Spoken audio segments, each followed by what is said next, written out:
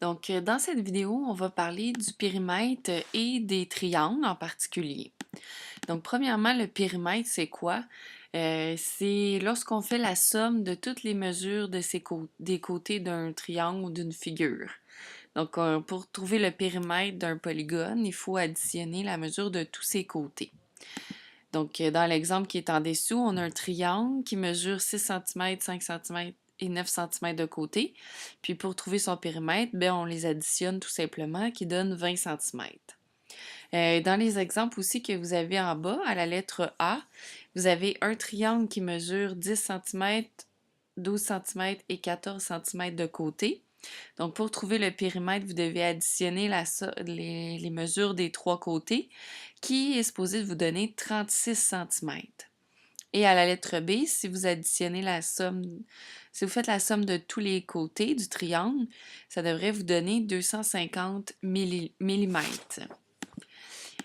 Maintenant, lorsqu'on parle de triangle, un triangle, c'est un polygone qui a trois côtés toujours. Et on a vu dans le dernier chapitre que la somme à l'intérieur d'un triangle, des angles, c'est toujours 180 degrés. Maintenant, on peut classifier, donc donner des noms à certains triangles selon la mesure de leur côté. Donc, si on a un triangle qui n'a aucun côté isométrique, donc qui n'a aucun côté égaux, ça s'appelle un triangle scalène. Lorsque dans un triangle, on a deux côtés qui sont isométriques, on appelle ça un triangle isocèle. Et lorsque tous les côtés sont isométriques, donc les trois côtés sont égaux, on appelle ça un triangle équilatéral.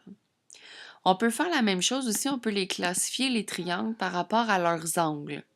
Si vous avez trois angles aigus dans un triangle, on appelle ça un triangle acutangle. Si vous avez un angle obtus dans votre triangle, c'est un triangle obtuangle.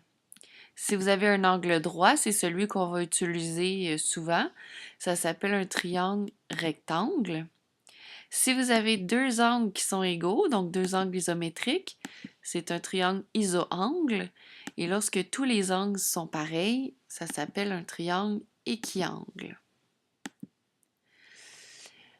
Maintenant, on fait un petit rappel, donc quelque chose aussi qu'on a vu dans le dernier chapitre, on a parlé des médiatrices, des médianes et des hauteurs. Là, on va en parler plus dans un triangle en particulier. Donc, rapidement, on fait un retour sur les définitions de chacun.